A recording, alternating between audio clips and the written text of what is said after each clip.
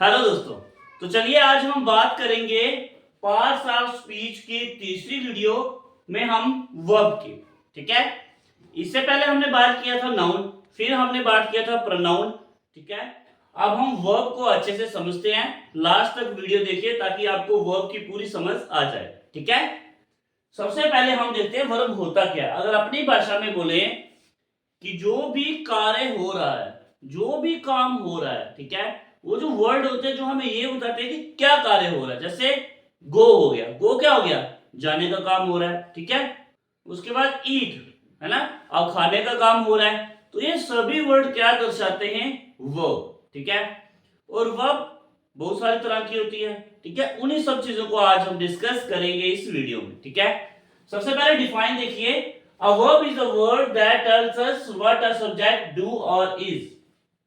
Verb वो word है जो हमें बताते हैं कि सब्जेक्ट क्या करता है ना, वो क्या कर रहा है, क्या है सब्जेक्ट।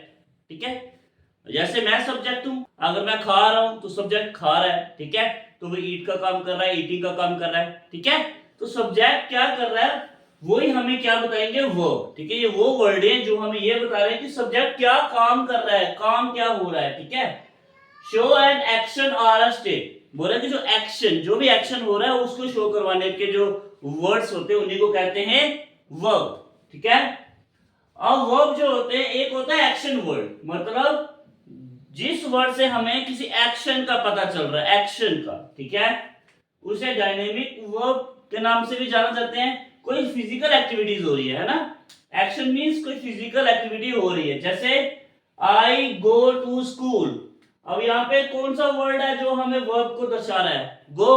गो क्या होता है, जाना, अब जाने का काम हो रहा है। ठीक है, ये हो गया हमारा सब्जेक्ट।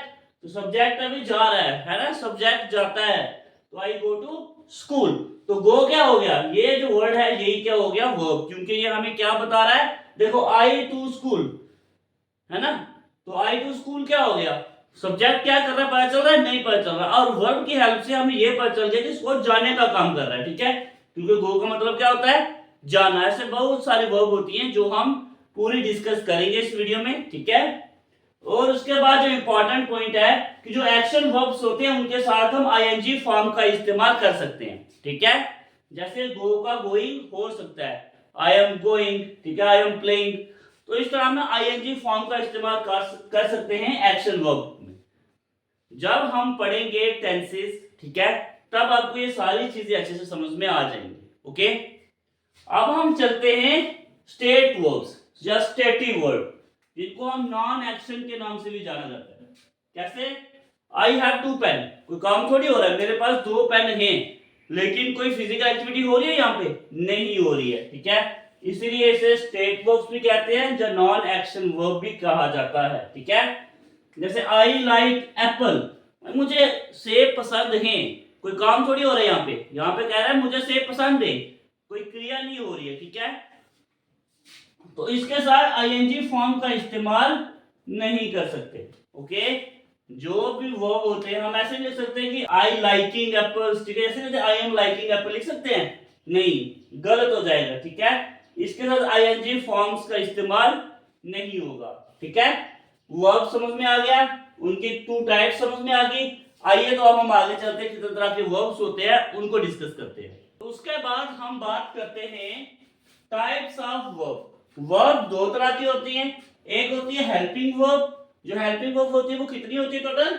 16 होती है। दूसरी होती है मेन वर्ब। ठीक है, तो हेल्पिंग वर्ब को एक्सिलरी वर्ब भी कहा जाता है। ठीक है, और ये हेल्पिंग वर्ब जो है, देखिए इनके नाम से भी हमें पता चल जाता है हेल्पिंग वर्ब, मतलब ये क्या कर रही है, ये वर्ब को हेल्प कर रही है, वर्ब की मदद कर रही है। ठीक है, कह रहा है helping verb, helping verb help the main verb, ये मेन वर्ब की हेल्प कर रही है। ठीक है, और इनके जो हेल्पिंग वर्ब्स होते हैं इनके खुद के मतलब नहीं होते। ठीक है, यहाँ पे लिखा है no meaning on their own, इनके खुद के मतलब नहीं होते हैं। ठीक है, अब हेल्पिंग वर्ब में हम बात करते हैं primary, model and semi model की। ठीक है, प्राइमरी में कितने होते हैं, तीन, बी, डू, हैव।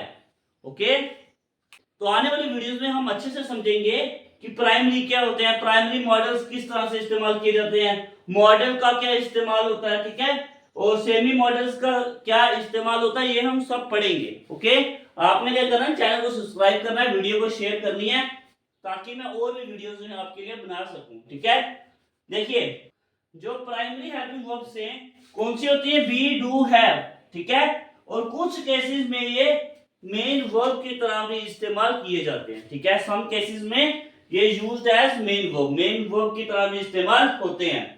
मॉडल्स कितने होते हैं, 10। ठीक है, मॉडल फॉर्म्स होती है 10, can, could, may, might, will, would, shall, should, must and ought to. ठीक है, इसको भी हम डिस्कस करेंगे। ठीक है, उसके बाद सेमी मॉडल कितने होते हैं, 3। कौन कौन से, need, dare and use to. ये पार्शियली हेल्पिंग वर्ब के साथ इस्तेमाल होते हैं और ये मेन वर्ब के साथ भी इस्तेमाल होते हैं। ठीक है, ये हेल्पिंग वर्ब समझ में आ गई। अब आते हैं हम मेन वर्ब में। ठीक है, मेन वर्ब को लेक्सिकल वर्ब भी कहा जाता है। ठीक है, और ये शोज एक्शन। अब जो एक्शन जो हो रहा है वो शो करवाते हैं हमारे मेन वर्ब। ओके, इनके खुद के मीनिंग होते हैं। ठीक है, और ये दो तरह के होते हैं, एक ट्रांजिटिव, एक इनट्रांजिटिव। ठीक है, अब ट्रांजिटिव वर्ब कौन से होते हैं, देखिए ट्रांजिटिव वर्ब कौन से होते हैं, जिस वर्ब में ऑब्जेक्ट को लगा करके सेंटेंस कंप्लीट होता है, पूरा मतलब उस सेंटेंस का कब बनेगा, जब ऑब्जेक्ट का इस्तेमाल होगा, वो होते हैं ट्रांजिटिव। जैसे कि ही किल्ड, आगे ऑब्जेक्ट लगाया आ डियर, तो क्या हो गया, ये सेंटेंस पूरा हो गया। आई सा, मैंने देखा, क्या देखा, ऑब्जेक्ट लगाया तो ये सेंटेंस पूरा हो गया। मतलब इनको कंप्लीट करने के लिए ऑब्जेक्ट की जरूरत होती है। ये होते हैं ट्रांजिटिव वर्ब। ठीक है, इनट्रांजिटिव क्या होते हैं, बिना ऑब्जेक्ट लगाए ही सेंटेंस का पूरा मतलब पता चल जाता है, वो होते हैं इनट्रांजिटिव। ठीक है, ही डाइड, वह मर गया, ही हैज अराइव्ड, वह पहुंच गया, तो क्या है ये, इसमें बिना ऑब्जेक्ट के भी इसका पूरा मतलब जो है वो निकल गया, हमें समझ में आ रहा है। ठीक है, लेकिन इसमें जब तक हम ऑब्जेक्ट नहीं लगाएंगे तो हमें पूरा मतलब समझ में नहीं आएगा। ठीक है, तो ये हो गए हमारे मेन वर्ब, तो ये थे हमारे हेल्पिंग वर्ब। ठीक है, हेल्पिंग वर्ब को हम और अच्छे से समझेंगे जब हम टेंस की बात करेंगे, जब हम टेंस को डिस्कस करेंगे, क्योंकि समय का जो पता चलता है वो इन्हीं हेल्पिंग वर्ब से ही पता चलेगा। क्या समय प्रेजेंट में, क्या पास्ट में है, क्या फ्यूचर में है, वो सब कब पता चलेगा, जब हम इन हेल्पिंग वर्ब को टेंस में अच्छे से पढ़ेंगे, तो हमें सब डिटेल्स आ जाएंगी और मॉडल्स को भी हम अच्छे से पढ़ेंगे। ठीक है, आइए तो अब हम आगे चलते हैं, नेक्स्ट डिस्कस करते हैं। तो उसके बाद हम बात करते हैं regular verb and irregular verb. ठीक है, अब रेगुलर वर्ब क्या होता है, देखिए जिसकी सेकंड एंड थर्ड फॉर्म के एंड में ईडी लगा होगा। ठीक है, जैसे लुक, लुक्ड, लुक। ठीक है, यहां पे एंड में आपको ईडी देखने को मिलेगा, वो होते हैं रेगुलर वर्ब्स। ओके, इररेगुलर वो अलग फॉर्म्स में होते हैं, उसमें ईडी एंड में नहीं लगा होता, यही इसकी पहचान होती है। ठीक है, इररेगुलर वर्ब सेकंड और थर्ड फॉर्म आर डिफरेंट, इसके एंड में कोई ईडी वगैरह नहीं लगा होता। ठीक है, जैसे बॉय, बॉट, बॉट। ओके, अब देखिए यहाँ पे कुछ मैंने यहाँ पे सभी फॉर्म्स ऑफ वर्ब लिखी हैं। ओके, कितनी फॉर्म्स होती है वो मैंने यहाँ पे लिखी है, इसको हम अच्छे से समझेंगे जब हम टेंस पढ़ेंगे। ठीक है, टेंस जब हम पढ़ेंगे सब आपको अच्छे से समझ में आ जाएगा। ओके, लेकिन अभी थोड़ा थोड़ा हम यहाँ पे ओवरव्यू ले लेते हैं। बेस हमारा हो गया वर्ब। ठीक है, जिसको वर्ब की फर्स्ट फॉर्म कहते हैं। पास्ट जो होता है वो वर्ब की सेकंड फॉर्म को यहाँ पे इस्तेमाल हो, verb, verb. Part, participle, verb की थर्ड फॉर्म का इस्तेमाल, वर्ब। ठीक है, और प्रेजेंट में जो थर्ड पर्सन सिंगुलर होगा तो एस और ईएस का इस्तेमाल होगा तो वर्क्स हो जाएगा। प्रेजेंट पार्टिसिपल में वर्ब के साथ आईएनजी का इस्तेमाल करते हैं, वर्किंग।